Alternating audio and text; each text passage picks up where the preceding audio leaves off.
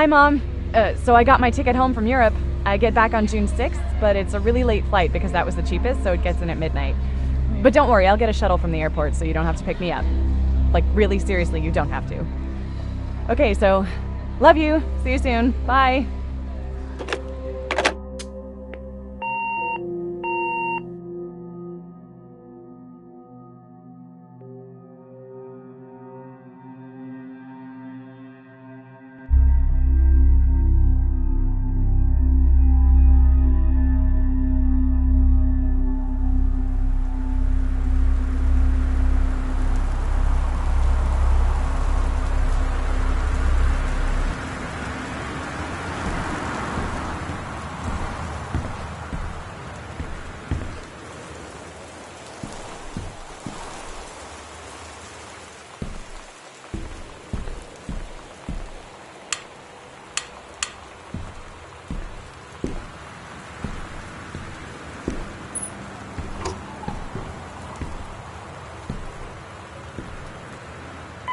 So, Christmas Duck. Christmas Duck is a fan favorite. He's kind of a mascot, I guess, and I think that's partly because it's a weird concept, a Christmas duck, and partly because it's like the first unique thing that you encounter in the game. It's kind of personified. He's like a little character. But the thing is, Christmas Duck was not planned. When we were starting the project, we didn't have a 3D modeler because Kate came on a couple months after we started, and we needed a bunch of 3D models. And so I was just going through the Unity asset store. So I was going through the list and saw this Christmas duck, and I was like, "What is that?" Okay, and I grabbed it, and we used it as like a test object just to set up the system where you can grab stuff and carry it around. And then I ended up saying, "All right, we got this Christmas duck, I'll hide the key under it." And instead of replacing the free model with a totally different thing, just made a real version of it, and Carla modeled it, and Kate textured it, and we kept him in the game, and we're glad, because he's everybody's little friend. Good old Christmas duck.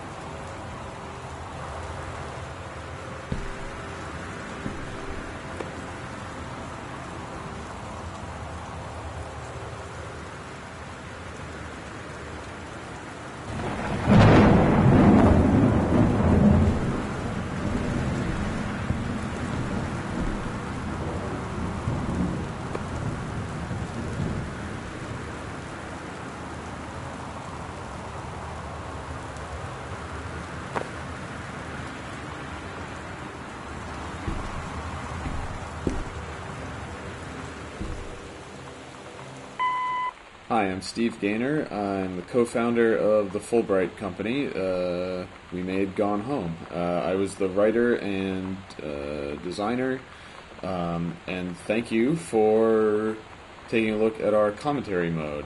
Whenever you find an icon like the one you just clicked on, you can find out a little bit more about the game. I want to thank everybody who's added commentary. Janman and Carla, my co-founders of the company, Kate Craig, our 3D artist, Chris Remo, our composer, Sarah Grayson, the voice of Sam Greenbrier, and Corin Tucker, the lead singer of Heavens to Betsy and Slater Kinney, and other awesome bands.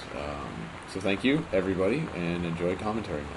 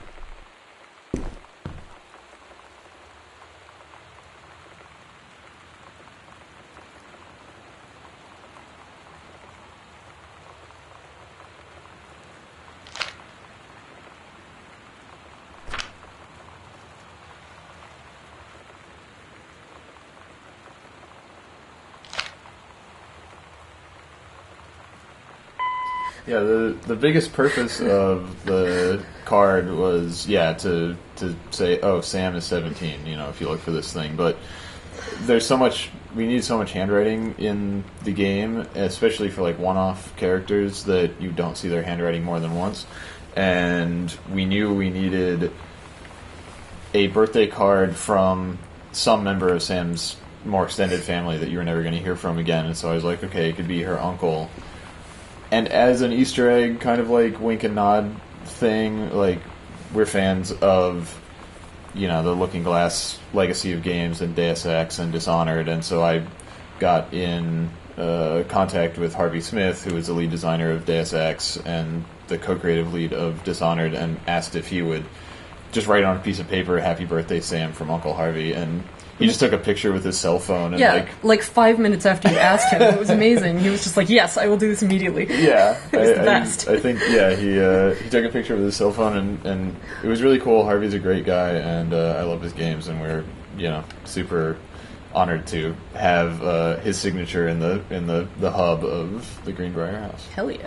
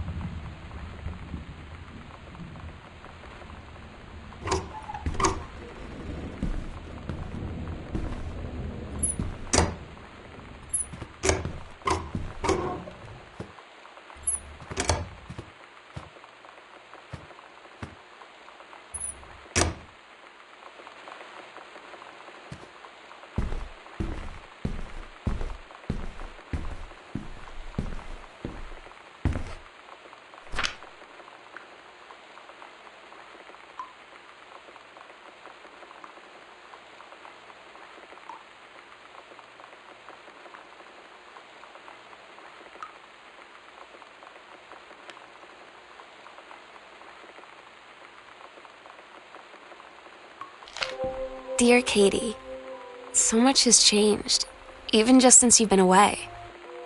We moved into this house. I'm at a new school. And my big sister being gone for a year doesn't make it any easier. It doesn't feel real. But I'm not gonna let it faze me. I used to tell you everything, and if I can't do it in person, because you're off gallivanting around who knows where, I'll tell it to this journal, just like I was talking to you.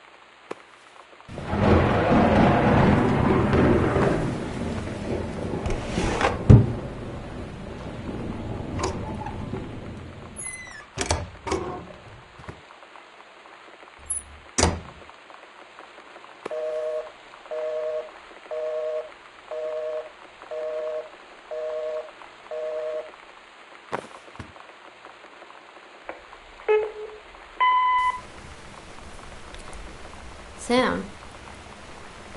Sam? Hello? Sam!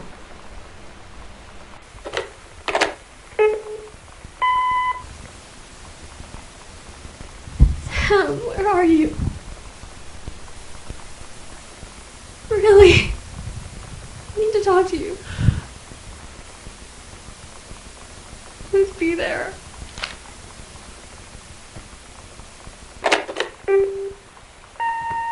Hi, Mom. So I got my ticket home from Europe.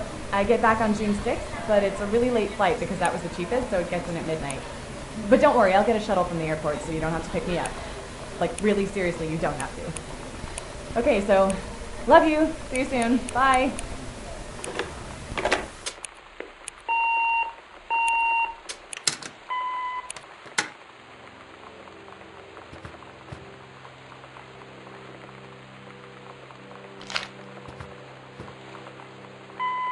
Oh man, mom handwriting.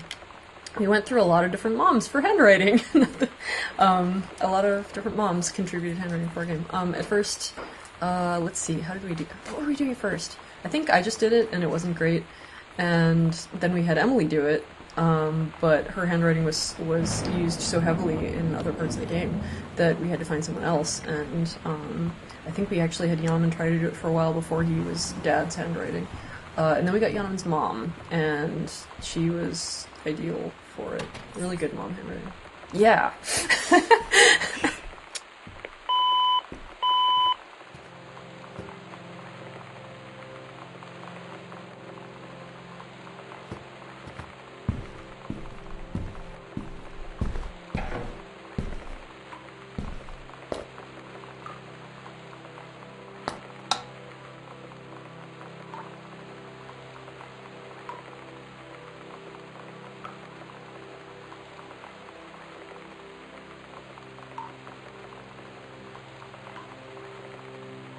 おはよう。くまにゃん実況かと思ったわ、わら。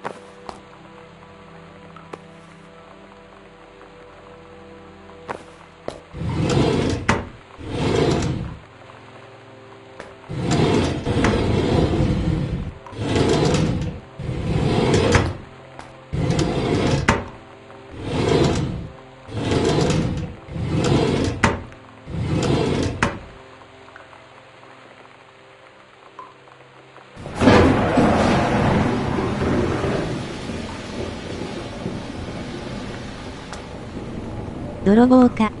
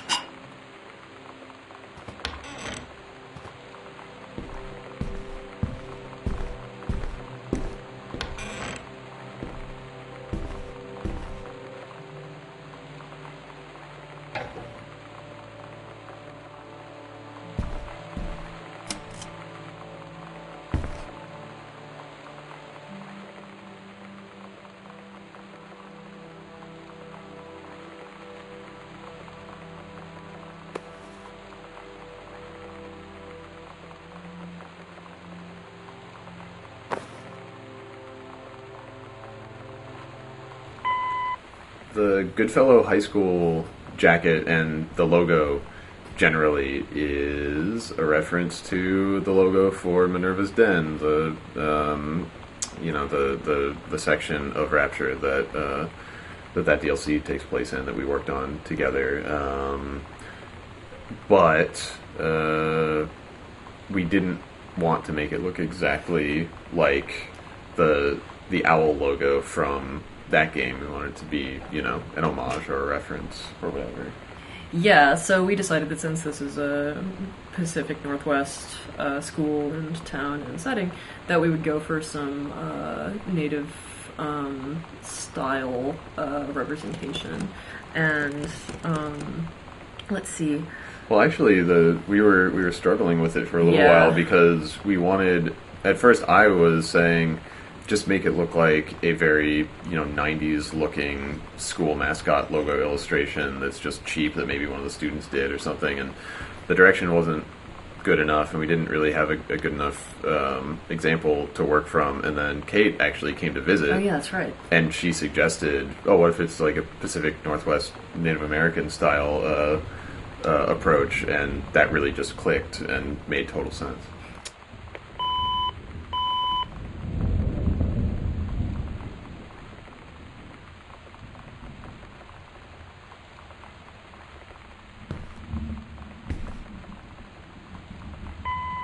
Hi, I'm Chris Remo, the composer on Gone Home. In my commentary tracks, I'm going to be talking a little bit about what went into creating the original music soundtrack for the game.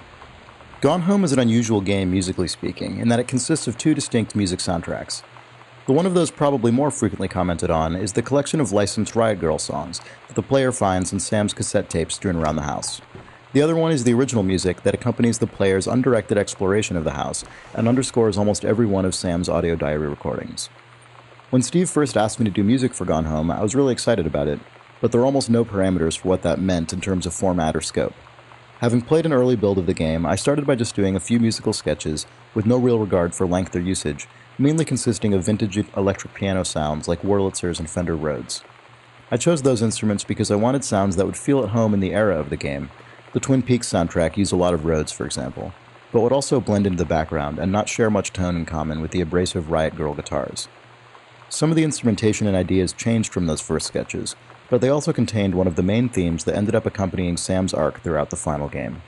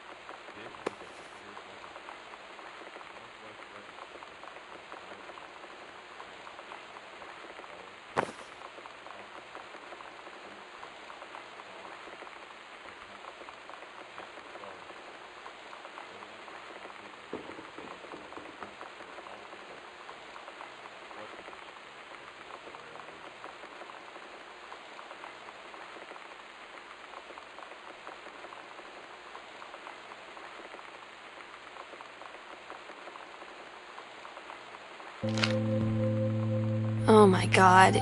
You are so lucky you finished high school before we moved into this house. So, it's the first day of school, and there I am, introducing myself to the class. And I say that I just moved into the house on Arbor Hill. All of a sudden, every kid in the room turns and just stares like I suddenly transformed into a mutant. I just stood there, wishing pretty hard for a rewind button.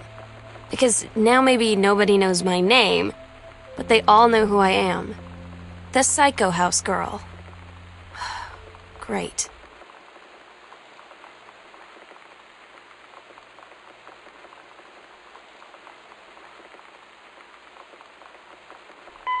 Hi, this is Corin Tucker from Heavens to Betsy. And Heavens to Betsy was a band that formed in 1991, actually. And I actually got the idea for joining a band when I moved to Olympia, Washington, and became a fan of the music scene there. And it seemed like everyone was in a band. So I decided I was going to start a band too. But I didn't actually start the band until I went home after the first year of college. I went back to Eugene, Oregon, and my high school friend Tracy Sawyer and I started playing music together, and that was the beginning of Heavens to Betsy. So I had told, with my big mouth, I had told all my friends that I was going to start a band. And the summer of, I think it was 1991, my friend Michelle Noel booked the International Pop Underground in Olympia, Washington. And she helped organize a night at the convention called Girl Night. And it was all women musicians. So she called me and said, hey, let's get you on stage with that, you want to play the show that I'm organizing. This totally new band that had never performed before. I mean, we had never performed ever any kind of music. Got invited to play this big show at the Capitol Theater in Olympia in front of all of our musical heroes, right? Everyone from K Records, all of Fugazi was there, all of Bikini Kill was there. This music that I was a huge fan of. Suddenly, that was our very first show, the very first Heavens to Betsy show. And we were terrified, but we did it, and people loved it, and it was, it changed my life forever that night.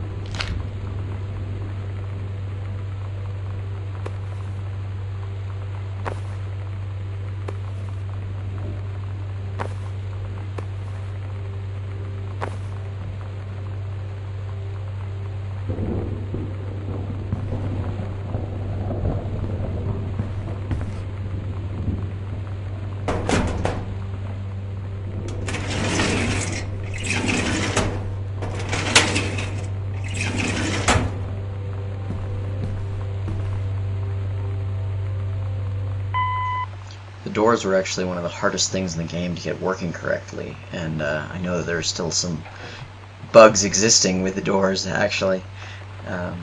But it's a surprisingly hard problem, which is why most video games just have doors that kind of slide away into nothingness or open in strange ways or don't, let you interact fully with doors. But of course, it's in a house like in Gone Home, a realistic house. It's important that everything be as natural as possible. The one concession we made to video gaminess is that the doors all swing both ways, which never happens in a real house. But it's necessary to prevent the player trapping themselves in some strange state.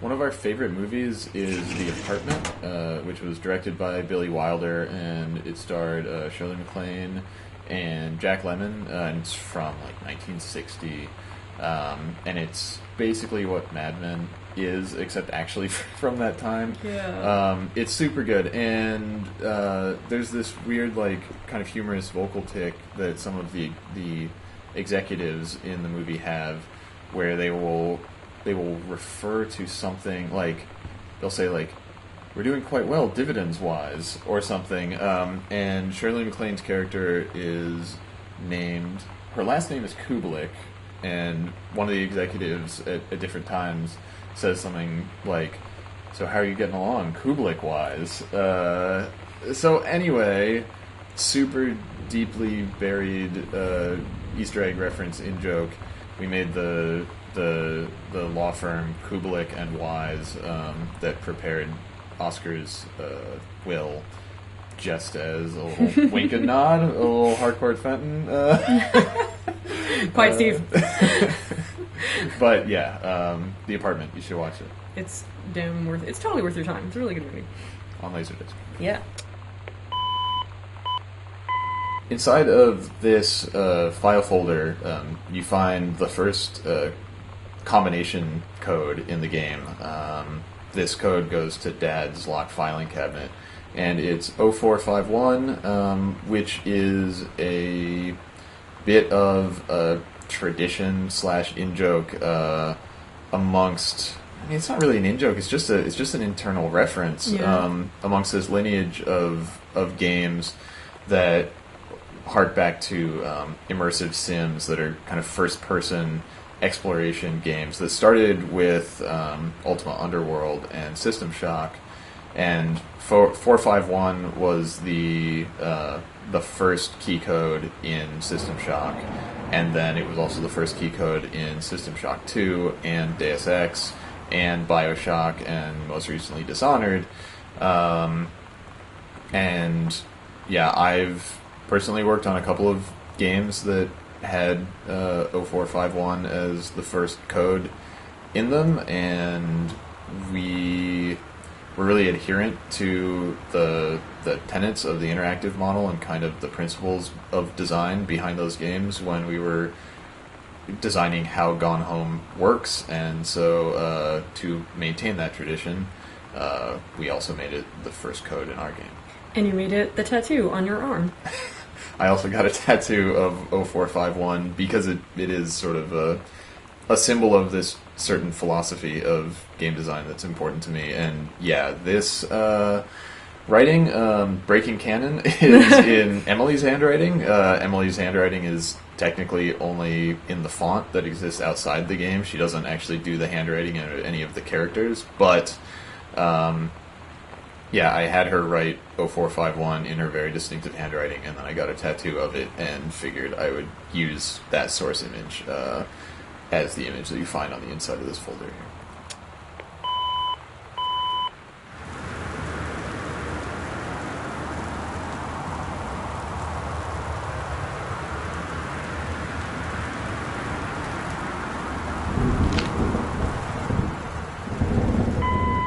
Here we have Fresh Magazine, which is a synthesis and pastiche of Sassy Magazine, which if you haven't looked at it, or if it wasn't, something that you cared about in the early 90s, it was very feminist and, strongly individualist, and actually gave good advice. It was actually really good. Anyway, so yeah, this is the type treatment. The super grungy type treatment is totally indicative. That's how it used to be. Oh yeah, and amusingly, of course, our cover model is Rachel, Steve's wife. I had to make her put on this awful light pink lipstick and do the 90s-ist stuff imaginable. And she did it. It was your idea to put a braid in the front of her bangs? Yes. Yeah, that seems like... Congratulations. Oh, thanks.